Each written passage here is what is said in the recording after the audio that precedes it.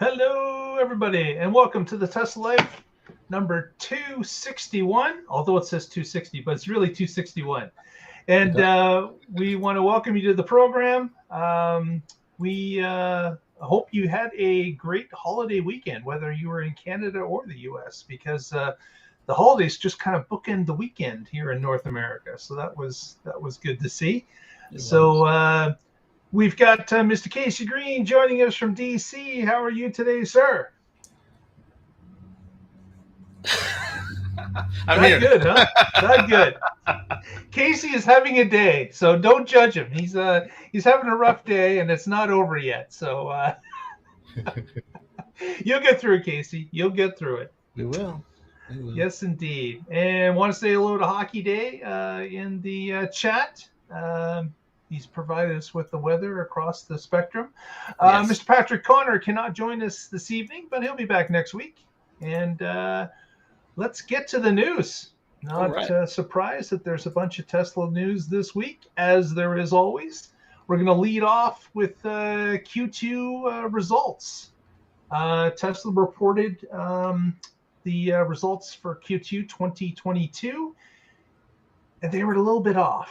But we kind of knew that they were going to be a little bit off, based with Shanghai being down for 5.5 weeks out of the quarter. So they just a little bit under. What was the number there, Casey, for the total number produced in the quarter? 263,000, was it? 200 and... Or 58? 263 was an estimate, and I had it on the table for him last time I looked at it. Hang on, let me go to Tesla site. But what also happened is they had their most productive June in history. So even though they missed the overall number in the quarter, as they were scrambling, trying to make up lost time and lost production, their June numbers were the highest ever. So it was kind of certainly a mixed bag for them. So here we go. Casey's got the numbers for us. Oh, yeah. So 258 and change for the total. So just wasn't a record quarter in a row, but again, 5 weeks off with their largest factory. Not a big surprise that they were going to miss the quarter, but let's face it, Tesla's been over the hump for quite some time. This is not going to be an issue. I expect gangbuster numbers for quarter three as Austin and Berlin start to spool up again, giving themselves another 3 months of activity. And of course, Shanghai being back at close to full production again. A miss in this quarter, not a big deal. And as we saw from the stock this week, not a big deal either. Did a little bit of a bounce down, a bounce up. So nothing the stock market couldn't handle or expected as well. So it's not a shock to anyone's system that the numbers were what they were. So Hockey Day is saying that they're saying that they did 80,000 in June from Shanghai. That's incredible. Yep. It's another, again, a record. And again, because when they've gotten out of the lockdown, they were going as hard as they could. They were going all shifts. And there's just too much of a when you're shut down for 5 weeks, there wasn't enough time to catch up. But I imagine if they had another 2 weeks onto that quarter, they probably could have caught up. But at least matched it. Yeah. But again, not a big deal because the next quarter three, is most likely going to be record breaking again. So I feel pretty confident that those numbers are going to excel quite a bit. And I don't see that changing in the future quarters either. With the spin up of the two factories, it's going to be that way for quite some time. So we're looking forward to good numbers going forward in the quarters for the rest of the year for sure, if not in the entire 2023. So one thing that stands out to me is it's not very often that they actually have a lower number of deliveries than production. I don't know how they do it, but they usually sell more cars than they made. And this is not one of those quarters. So I'm wondering if this is the beginning of Elon's promised to stop doing the end of quarter pushes. Like, is this like the first light touch of doing that? I know they didn't stop because there were a couple people in my circles that that they got told to come in for the car, and they're like, "Oh, well, you told me there was no car, so I went on vacation. I'll be back on Monday." They get back on Monday, and the car has already been sold. Yeah. Even after the person says, "Oh, yeah, that's cool, we'll hold it," they don't hold it. Yeah, they're still pushing. Well, they're still pushing in this quarter because Franz was even out selling cars or delivering cars. My mistake. But everybody was on deck for this as they tried to push into the quarter. Didn't quite make it again, but not seeing a big issue going forward. So I don't think anyone should be concerned at all. Yeah, just like Elon said, whatever quarter they come out in, it's the quarter they sell in. So hopefully that's the case for Q3. Next story. Alternative routes. This is a big thing in many different mapping softwares, where when you put a city-to-city destination, the software usually gives you a couple of different routes to select from, whether you want to go highways or skip toll roads or things of that nature. Are usually toggles inside of the software, but they also give you a couple of different routes. If you could take a different highway here or there, sometimes you get 2 or possibly 3 routes to select from, depending on what you want. Tesla, of course, has its own navigation system, and to this point, when you put in a city-to-city, boom, you get one. That's it, and that's the road it wants you to take. And of course, it's helped with the Google telematics, right? It's looking at the traffic situation and can route you different ways based on that. And also if it's a longer trip in mid-route, you may be directed to get off the current route you're on and onto some other roads to avoid an accident or slow down. So they kind of got this in there a little bit baked already, but Tesla Nav apparently is now going to receive alternate route ability on the outset. So the user could pick one of the routes that is provided, and it would abide to that for the start, at least. Which people have been asking for 10 years. 10 years. Kind of sounds like waypoints, doesn't it? Yes. Oh, no. Oh, no. Someone realized I said the magic word, waypoints, got someone upset. Why did it take so darn long? Curses, Elon. Exactly. So go ahead, Casey. Green had a little video here. I haven't seen it yet. Hopefully it's instructive, but here's a video of him selecting an alternative route, resulting in a change of display. So far, the closest thing we could come to this is manually doing waypoints. Back before we had waypoints, like you say, I want to go this far, and then decide again this far, or saying no HOV, no ferries, no toll roads. He's got his music on, so he wants to go to Best Buy, and okay, just like Google and Bing. Yeah. I like it. Not surprising because Google powers this. So Google is a huge portion of this. Yeah. I think they're like, I would say it's probably like 80% of the input, other than like the Tesla traffic, like where it pulls all the cars in the area. Yeah. Yeah. So coming. It used to be all TomTom. Coming soon to an update near you. You'll be getting some alternatives routes on Nav. So that'll be interesting to see as it makes its way to the cars itself. And speaking of getting to the cars itself, Casey, do you know about this green light chime? What's this about? So I probably told you guys about this a long time ago, what, a year or two, how on the FSD equipped vehicles, if the light turns green, the car would go bing. And for a while, it wouldn't actually act on that. It would just let you know, and then you could pull the stock and it would keep going, or it was just preferential. But then eventually they made it into navigate on autopilot and full self-driving in cars that are equipped with the FSD option. Well, now all cars with hardware 3, or at least the 8 cameras, are now able to 2.5 then. Right. So 2.5 computers and up are now going to let you know if the light turns green. There's a slight little chime. Very similar to the mouse fart when you're about to run somebody over in your blind spot, but it's there, It's actually a little louder. and so then you can verify with your eyes that it actually is green. It does make mistakes, not anywhere near like it used to, but verify it and also make sure there's nobody running the light, and then you can proceed, which is nice. So that's going to be pushed out to all Teslas with the 8 cameras or the 2.5 hardware. Right. So even if you don't have full self-drive or autopilot, that's going to be now within the car. I think you have to have free autopilot. I think if you elected to, during that brief period where you turned off all autopilot, I don't know that it will be for those folks. Okay. All right. Well, I'll be the test for that because I don't have autopilot. So, oh, wow. Yeah, that's right. Yeah, when I bought my car, autopilot was an add-on. Yeah. There was no option when the 2018 Model 3s came out. You had one of two choices. You had the regular autopilot or you had the enhanced autopilot. And of course, at that point, there was no FSD option. So there were two options. I didn't opt for either. So yours doesn't have any auto steer? Nope.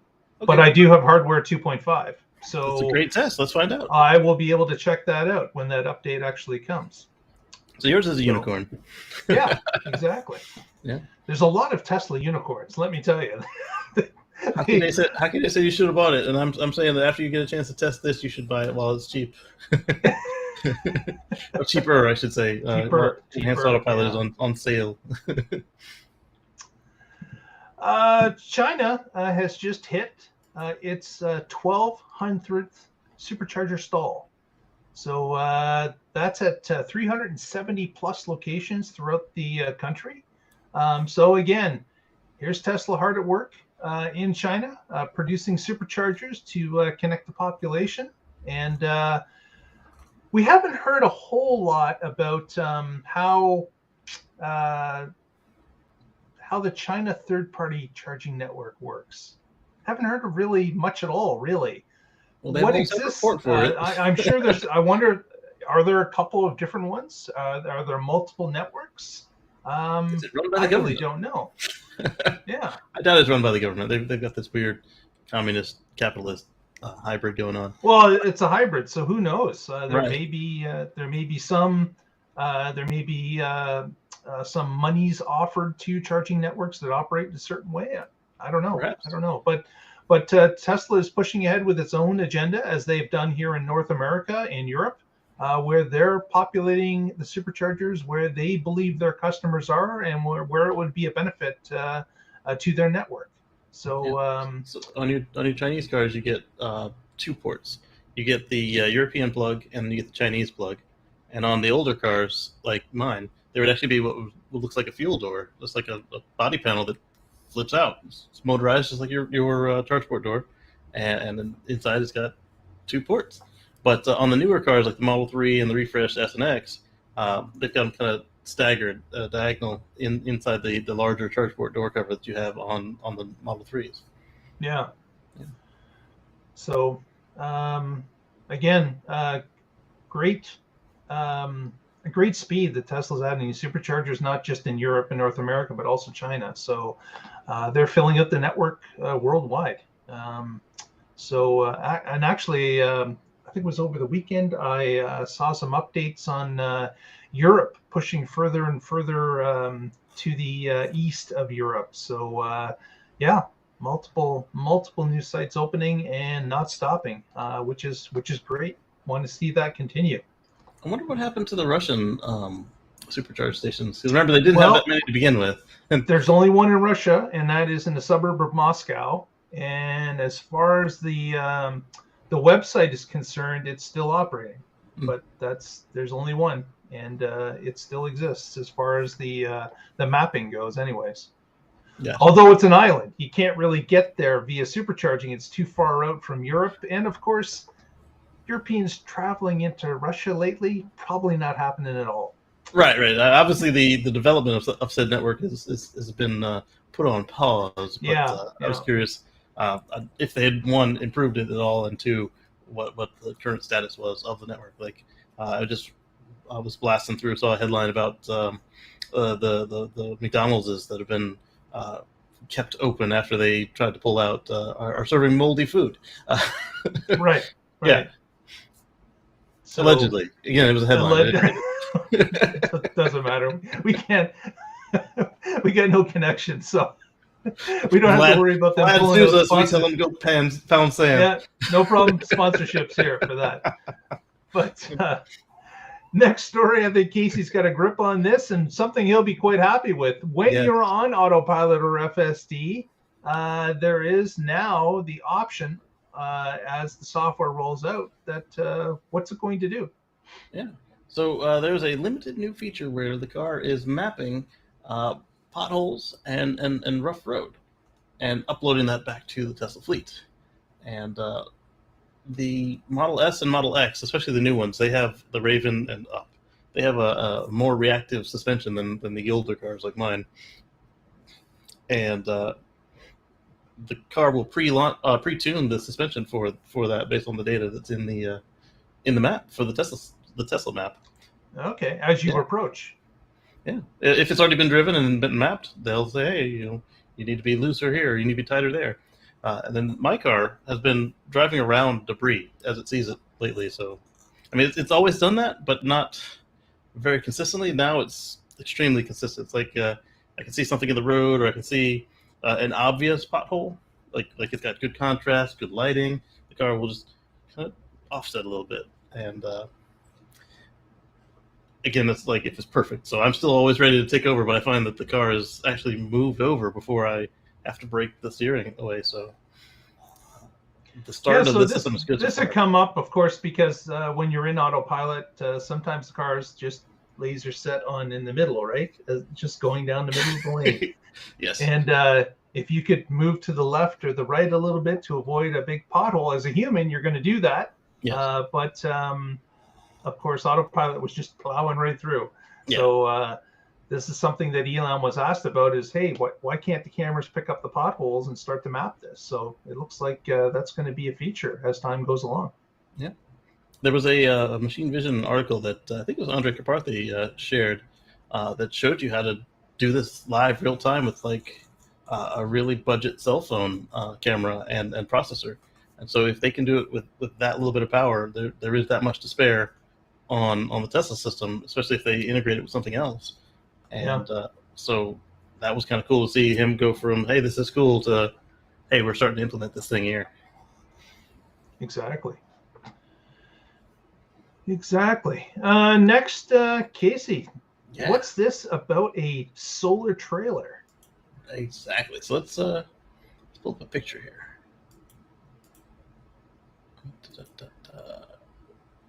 Sorry, I had a picture, but I wanted one that didn't have logos all over it.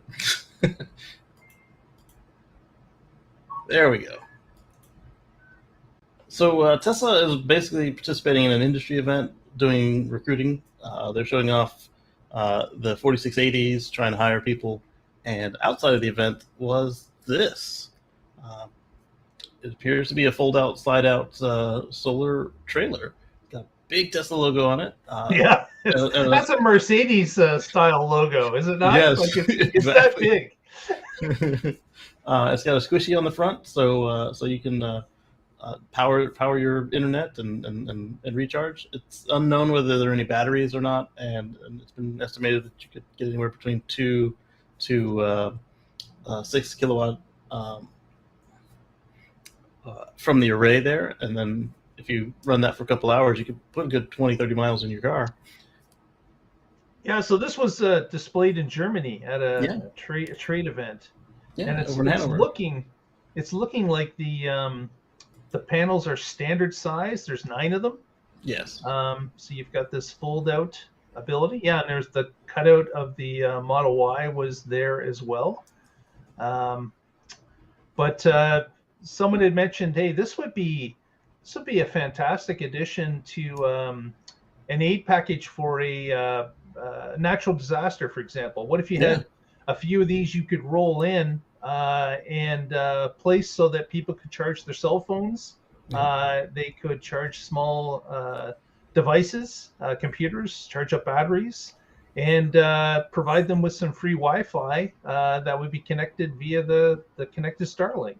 That would be ideal, and it's highly portable. Yeah, imagine how much easier the instructions would have been on mobile StarLink in Ukraine if they had this. They could be like, hey, just roll this out of the plane and And there you go. Right.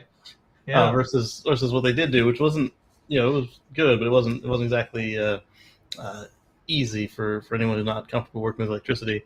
And so then the next detail came to be like, well, when can I get one of these? Where is Tesla selling these? Casey's already ready to put the deposit down. Right. So they aren't exactly planning to sell this anytime soon. So I said, fine, I'll make my own. And I went ahead and got my pops, and we're gonna sketch something out this weekend, get together a build sheet, and then make some plans and then see if we actually go through with it, because the panels aren't cheap these days. Well, they're not terrible. They're but not, yeah. I understand it, and because what would you do with if you had 9 panels? What would you hook it up to your array at home?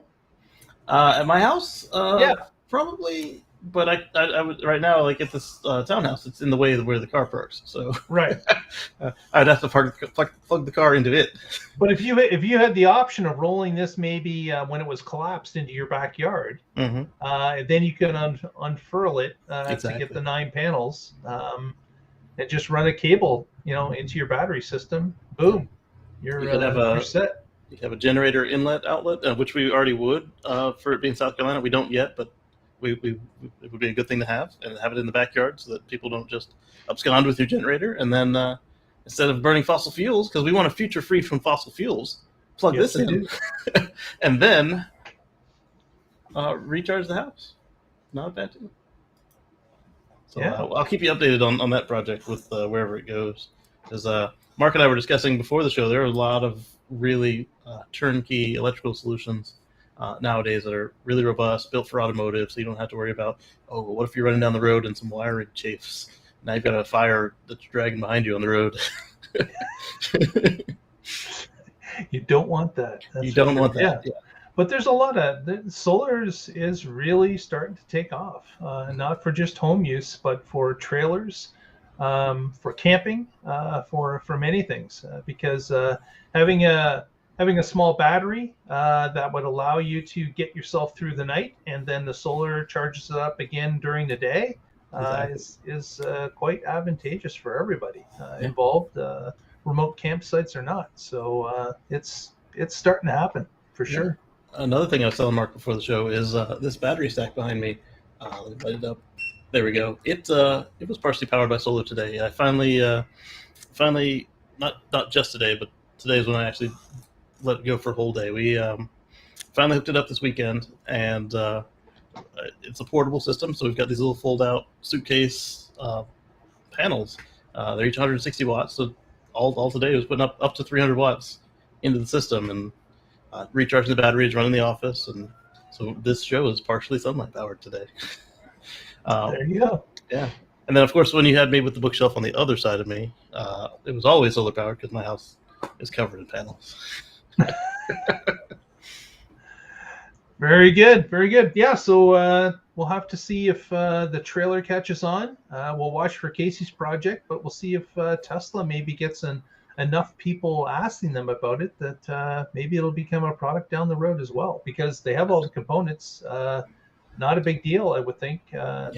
Obviously it takes away from some of their core interest rate at this moment, but I think that might be a good little side thing for them. We'll have to see. It would also be one of their first forays into vehicle to grid. Yep. Or could be. It wouldn't necessarily would be, but it could be, even with their box of spare parts. Exactly. The Honda CR-V and I think the Toyota RAV4 as well were both box of parts cars. They were made from spare parts that were already on the line. There's precedent. Come on, Tesla. Yep. Exactly. Yeah. Next, going to talk a little bit about the Whitehouse submitting a paper last week that outlined some of the advantages of solar and what has been happening lately with charging infrastructure as well. And there was a paragraph in this white paper that specifically addressed Tesla. They talked a little bit about Giga Buffalo and its ability to produce not only solar panels, but the Supercharger network. So they discussed about how Buffalo is contributing to these charging networks by producing the units, the stalls themselves for Tesla in all of North America. And they had indicated the number of jobs that are being employed in the Buffalo area, as well as, this is key, they had indicated that Tesla would be modifying the Supercharger in order to allow non-Tesla vehicles to use the supercharging network in North America specifically. And they had indicated in the white paper that they believe that this will start to happen, get this, by the end of this year. So 2022 is when they expect some of these modifications to reach the North American market. So that's exciting news that Tesla will maybe be able to offer people in non-Teslas the ability to charge on the network, and for Tesla to actually recoup some costs for superchargers that are not used all that often. Certainly Tesla has this data. We've talked about this before. There are places in North America where the Tesla network is greatly underutilized. And there are certainly other areas of the country where it's overutilized. But at least Tesla has the information on this in their database, and they would be able to choose which one makes sense, where it makes sense, and what time it makes sense. So there's a whole number of things at play here. But what I'm most curious about is how they're going to integrate the CCS charger into the network, and how they're going to get by the issue that we've even seen in some of the test beds in Europe, where people have to block certain chargers because the cable is not long enough to reach the charge port on that non-Tesla vehicle in some cases. Sometimes they have to block 2 spots, sometimes 3. So that's going to be interesting to see what Tesla does. Are they going to add a second cable to the Supercharger boxes, like we've seen in some, I believe it's European nations, where we've seen the dual charger head. Yeah, all V2 superchargers in Europe. Yep. Yeah. So is that going to be the case, or is it going to be some sort of other design? Is it going to be that Tesla requires anybody has to buy the $300 converter plug? Who knows? So Elon had said, while spitballing in the past, that either we would have an adapter that we could purchase, or they would have one at the Supercharger until it gets stolen. So obviously he was thinking about the fact that human nature is not going to allow that thing to be there as a utopia. And then I don't know if he dismissed the idea of adding cables to all the stalls, or at least the portion of stalls that are participating, like they did in Europe. But it's another possibility. Yeah, like obviously there's an expense in either way, and then there's of course a convenience factor. And as you mentioned, if it's a plug that stays at the Supercharger, it's going to get stolen. Like there's no doubt in my mind. So that's going to be an exercise in futility, I believe. Hope they don't go that direction. I think the cleanest might be the dual heads and just make the CCS one longer. That way, we don't have station blockage. Yeah. I think that the American Superchargers still have the cutout for the second cable to be put in there. That would make sense, probably. And of course, there's nothing saying that they have to outfit all of the stalls in Supercharger, right? You do 2 to 4, yeah. That's right. Depending on the size of it and the location, and of course the data that starts to show up as they put them in operation. Maybe they just add 2 at a time until they fulfill the need. So some diesel bro. So Hockey Day, for those of you on audio, Hockey Day said, "What about a vending machine so you can buy the adapters on site?" And I'm suggesting that some diesel bro is just going to jack the whole machine at that point. Throw a chain around it and pull it out. Yes.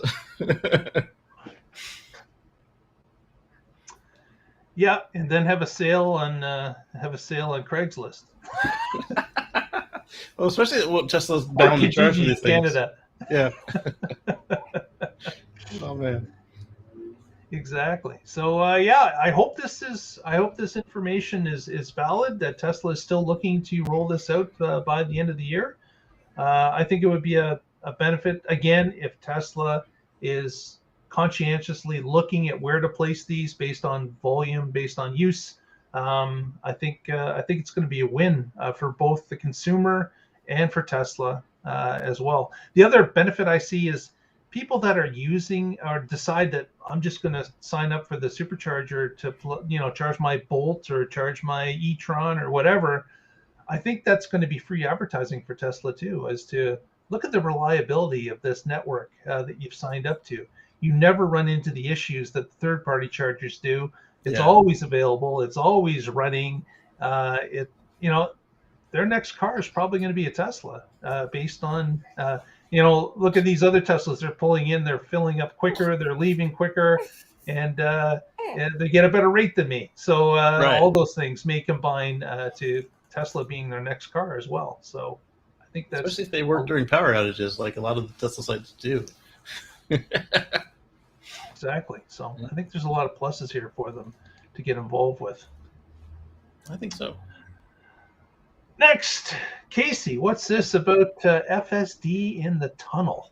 So I've been saying for all of this time that eventually there will be no drivers in the boring loops. So somebody had asked Owen Sparks on Twitter, had asked Elon about. He said, "How long until they're using FSD in the tunnels?" And then Elon tweeted back. Elon tweeted back, maybe this year, maybe later this year. Is that what you wanted? You wanted some milk?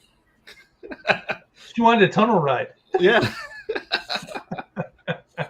Yeah. So later this year. That's kind of interesting. And you've mentioned this several times. Why would this not be the first step of FSD? You've got a single lane, you've got a one direction tunnel, yes. And you've got to navigate a parking lot at the end. Like there's no other cars except your cars, and the only other unknown obstacle is pedestrians, which you're already good at. And it's privately owned. Yes. The government doesn't care because you're in a private loop owned by you. Underground or controlled by you, minimum. Right. Underground or in what is technically a parking lot. And not just a parking lot, but a limited access parking lot. So it's not like, again, that there's going to be any other cars or any pedestrians that are not crossing the path aren't going to be regularly there unless, you might have like some streaker or somebody who comes in. And that's trespass. That's not something you have to plan for, but the car can already do it. Yeah. So it just makes sense that this would be the first foray into full self-driving.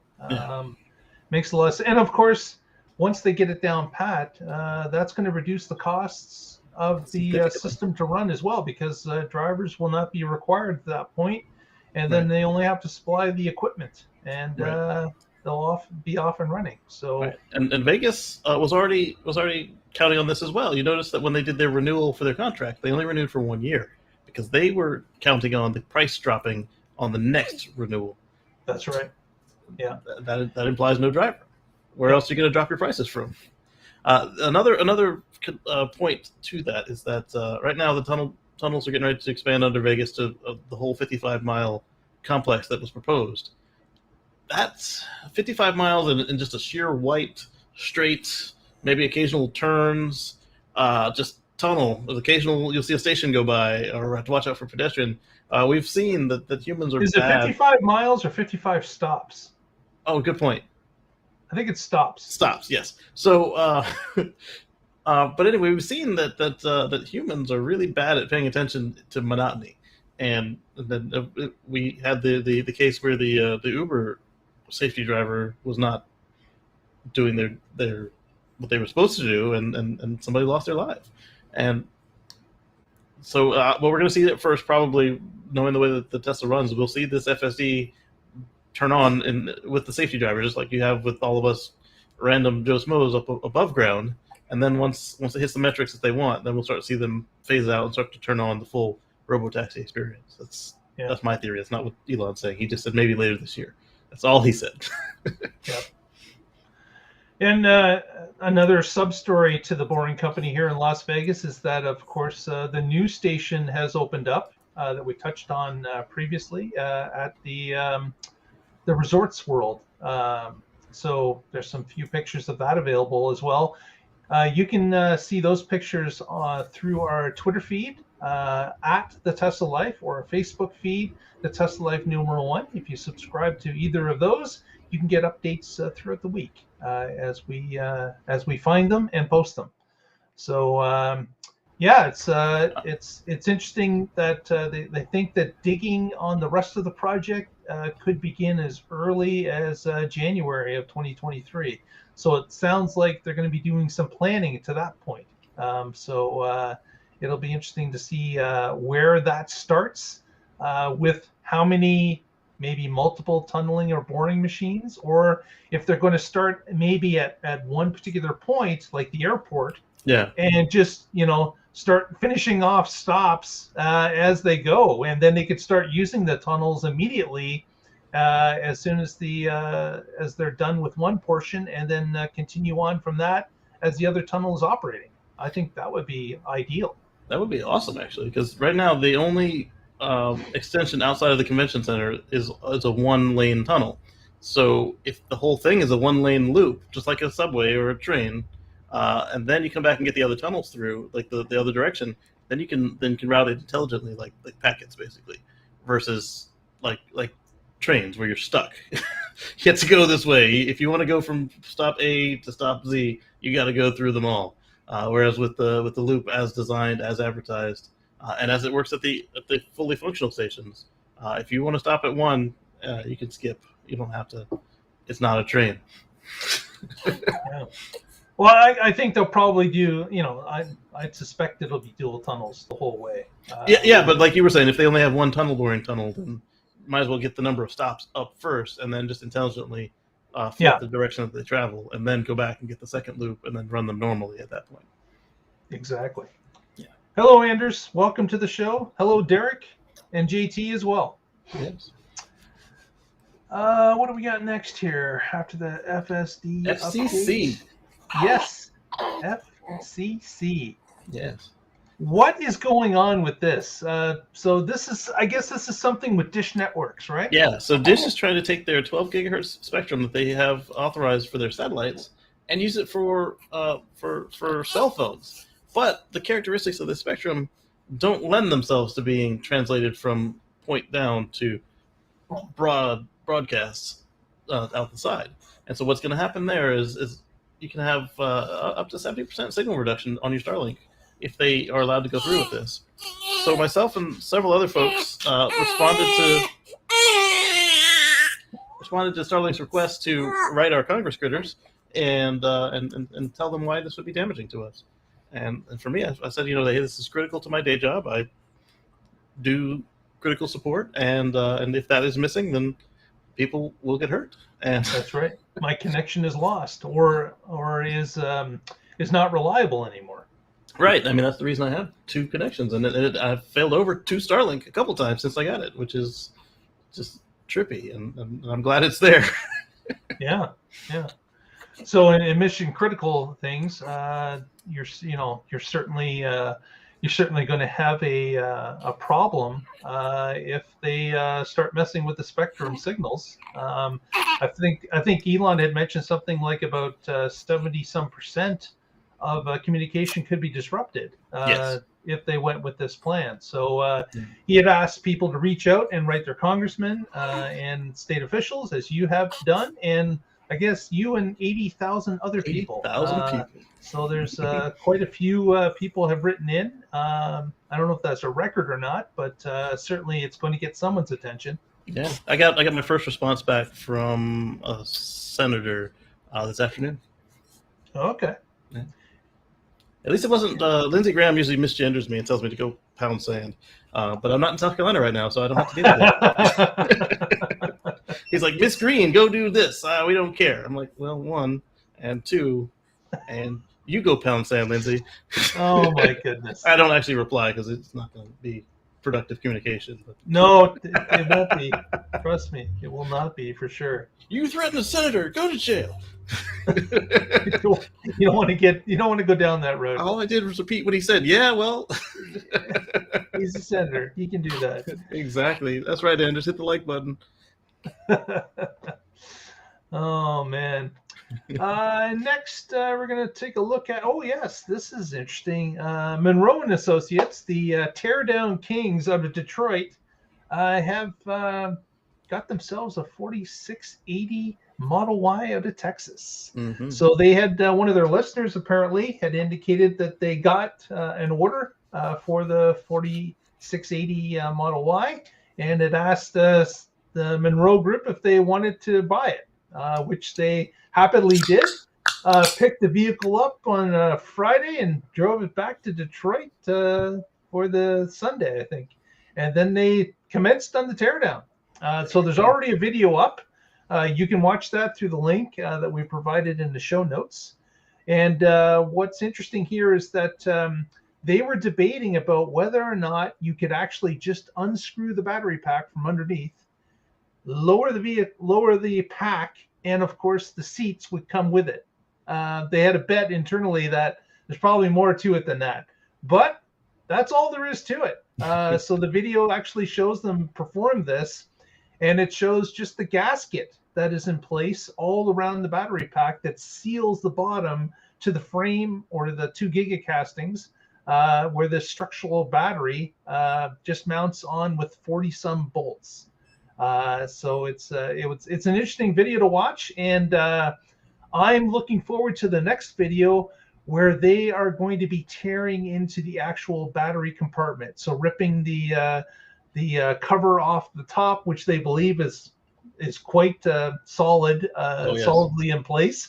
They think there's going to be some damage in getting that cover off, but getting into the cavity to show the 4680s, the new cooling system, is going to be interesting to watch. On this video they've already made, they were making comments about how Tesla has taken full advantage of the mega castings on the front and the back to actually even route wiring, coolant lines right into the actual casting, where there's places to screw into the casting to attach these lines. So they've really thought about all the different departments that have to use these sections and what these castings could have added to them in order to help these different departments do their job with the cooling or with the electrical distribution for the Model Y. And then shortly after that video was released, Elon had made a comment about how the giga castings and the structural battery pack has still not been completely optimized. There are more things that they're going to be integrating over the period of time that they make the vehicle. So not a surprise here. Tesla does this with everything. As they notice things that can be added to make things better or modified to add functionality, they typically do. And Elon was just voicing that this is no different for the Model Y at Texas, that they're going to be doing some more optimization to the system overall. So part of their business plan, like a little tiny footprint, says make Munro buy lots of cars. They keep changing stuff. Exactly. So yeah, I don't think Munro's keeping them in business, but they're certainly buying a lot of Teslas. That's for sure. So one thing that came to mind, like I haven't seen the video yet. It's like, well, this is another benefit to moving everything into the penthouse, as far as the 12 volt, the DC to DC converter is all already sitting right on top of the battery pack, and now the whole interior sits on top of the battery pack. So the power seats, the console power, all that doesn't have very far to go. It's just already there. There's even they show how the center console actually has 2 bolts at the back that come out, and then the console slides back from the instrument panel. Mm-hmm. So it shows how when it's raised up, you just slide it forward so it connects with the instrument panel. You put in the 2 screws, and boom, you're done. The HVAC is hooked up. Nice. So very cool. So I'm curious if they did it all with reverse engineering, or if they were able to, because they do have the service manuals up for free now. I got to believe that they've looked at every resource before they started to tear it apart. They didn't just get in there with a blowtorch and right. Things. Well, they're really knowledgeable. I mean, yeah. There's certain techniques that they're like, hey, this is how most people do it, and they chose to do it this way. We found out with X-rays. Of course, Sandy and group was at the Texas rodeo, Cybertruck rodeo. So I think that they might have been taking some of the photos of the cutouts and such and getting all ready for this because they knew they were going to do it. So, exactly. I'm excited. I'll be watching this too. Very cool. Very cool. So that kind of wraps up our last story as well. I just had mentioned that Elon was indicating that there's more optimizations to come. Just kind of combine that with the previous story. Made sense. Connect to it. So Derek's asking if Tesla uses lithium now instead of lead. Yes. So all the new cars, I don't want to say all the new cars, but at least all the cars that have been refreshed. So the Texas Model Y, some of the Model 3s and Model Ys, like the ones out of China, they are all lithium cells, and then all the refreshed S and X are lithium 12-volt batteries. Yeah. So Miss Green is, man, she's vocal today, isn't she? She is. She is telling me what to do. Yes, indeed. At least she waited until the show was over. Oh, she's been so good other times. It's just, I guess we mentioned something she was not happy about. Tunnels and what was the other one? Just on cue. Exactly. So it's kind of interesting to see. Exactly. That she made her point exactly. It's kind of interesting to see that Tesla is still innovating. Like, this is a nonstop thing, and great to see. Not surprised because they've done this with other models, other vehicles, other processes. So glad to see that this is alive and well. Still wondering how the 4680 ramp up is really going. Is production getting into where they want it to be? Will it get there within a certain period? Obviously, they're a little bit behind, but it'll be interesting to see as Texas continues to roll out a little further at a time as to whether or not those the SR deliveries of the Model Y are increasing. They're now able to produce the 2170 long range there as well. So certainly the volume of Model Ys being shipped out of there should start to skyrocket. But I'm really interested to see how the 4680 line actually progresses. If we'll get little nuggets of information as time goes along as to how well that implementation is going, because we all know that the company's future prospects rely upon the 4680 success because it brings the costs down so dramatically. The other thing that Munro and Associates commented upon is when they lowered the entire battery pack with the console, with the seats, everything bolted to it, they were shocked that it was only 1,200 pounds, because they're saying that some of the other manufacturers, just their battery part is double that. So that's like we saw with the Mustang and the F-150. So this is something that is another innovation, right? If you lower the weight by 1,000 pounds, you get that much more efficiency out of the vehicle. You don't have to put as many batteries in it to get the same mileage. All those things are combined, and of course, if the cost has gone down as well, profit goes talk up. about wins everywhere across the board for Tesla. So this is going to be fun to see as that 4680 continues. There was a report that Samsung has sent tests to Tesla with the 4680 format already for a Tesla to review. So we've got Samsung, we've got Panasonic, we've got LG, we've got a whole bunch of people. BYD that are looking at producing these different style of batteries. So they're just gearing up to, and they have to have tens of millions, hundreds of millions of these batteries in order to get them into the number of cars that Tesla is going to move over this next year, 2 years, 3 years. The number just keeps ramping up. Definitely. It's going to be an exciting journey to watch. That's for sure. But one other thing you mentioned is, like, you need less raw materials. Like, you don't need as much stiffening. You don't need as much labor.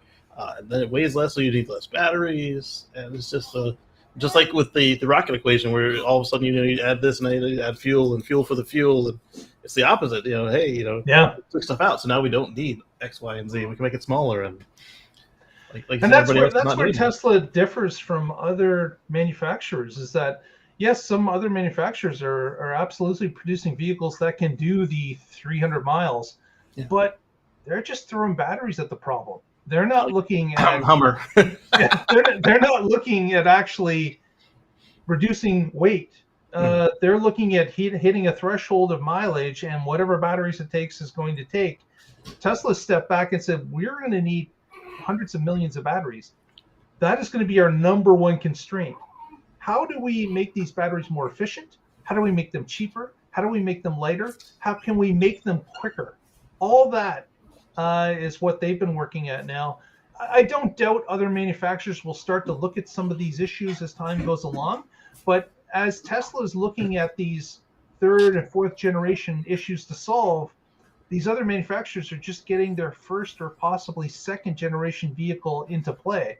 So they are behind, and they continue to be behind as Tesla takes these extra steps to start looking at how their product can improve by the advancements that they have laid out in front of them. So it's another reason that Tesla continues to lead the way, and I certainly hope for them to continue, because they are solving problems for the next and further generation of EVs in their future. Absolutely. So Hockey Day is asking, do we think that Tesla has built multiple prototypes of the Semi lately? I think there are multiple. Like, how many is multiple? I bet you there's probably 6 of them or so that they have out there. Hasn't been a lot of talk about Frito-Lay using it, even though the Mega Charger has been up and running. Haven't heard much of the, and I gotta believe there's drones flying around that plant 24/7, waiting to see the first truck that hooks up to a trailer and heads down the road. But yeah, it's been quiet on that front as to how many there are, or when Frito-Lay / Pepsi is going to start using it. Yeah, I would say it looks like, from what I'm seeing, it looks like Tesla took Pepsi's trucks and is now going to replace them, because the new ones, the people are the people who mine the numbers, the nerds, they were saying that those are different numbers than the ones we saw earlier. So it's not like they just retooled those with the current spec. It's like these are them, but they've got Tesla's number on them instead of Pepsi's number, and we see them running up and down the road. You wouldn't really want to, other than a test drive, you wouldn't really want to be using the customer's truck to deliver cars. And I think probably Pepsi's quite aware of where Tesla is, and they obviously would like their truck. But they also understand that this is a first step for Tesla into the Semi, and that they don't want to pick up a lemon or have to return it to get things fixed. They'd much rather Tesla do some field training and confirm that their calculations are correct on the Semi. Yeah, the last thing you want to do is have these things live half their life in the shop when you've got personnel that are attached to them, and now all of a sudden these people are idling half the time. You can't afford to pay them that way. Exactly. Plus, if you tell them, hey, this one's better than the one we promised you, that even feels even better. So it's like, come on, let's do this. I imagine they're working closely together. At least the communication is open as to what's going on. But we're looking forward to that starting pretty soon, hopefully. Knock on wood. With that, let's wrap her up. Thanks everyone for joining us. If you haven't already, please give us a thumbs up at this point. Press that subscribe button if you haven't. It helps us out, doesn't cost you a dime, and you're supporting the channel. So we would really appreciate that. That gets us in front of more eyeballs, and that's what we're after here. Casey, any shout-outs here at the end? Of course. First, obviously, track us at the Tesla Life on Twitter. I've got some more videos coming out, obviously, every Sunday at 1:10 p.m. Eastern. And for my pre-recorded videos, I've picked up this new 360 camera. So 360 cameras aren't exactly new to my channel, but hopefully this one is clearer than all the others, as promised.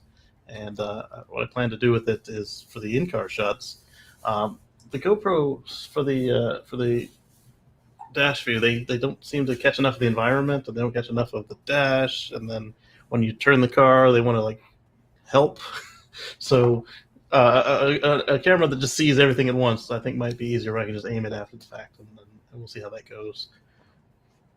whenever she lets me edit a video. But it's also not 8K like my last one, so the 8K means it won't be killing the Apple laptop or my honking desktop computer.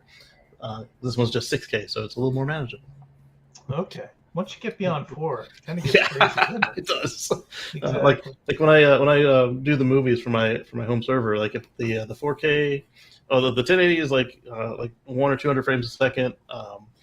The regular DVDs are like 1,000 or 2,000 frames per second, and then when you go to the 4K HDR, the Ultra HD, it's like 20 frames a second. It's like we'll get this movie done in real time for you. Yeah, exactly. You might as well watch it while we do it. Exactly. Yeah. And I'd like to thank you for watching, Derek, Hockey D, Joel. Who else have we got there? Anders, of course, quite early there. Yes. And GT, thanks very much for joining us today. Robert William joined us as well. So thanks, guys, for joining. And we will catch you next week. And together, we will find out what is happening in the Tesla life. Good night, everyone. Have a great week. Thank you, Lee Moon.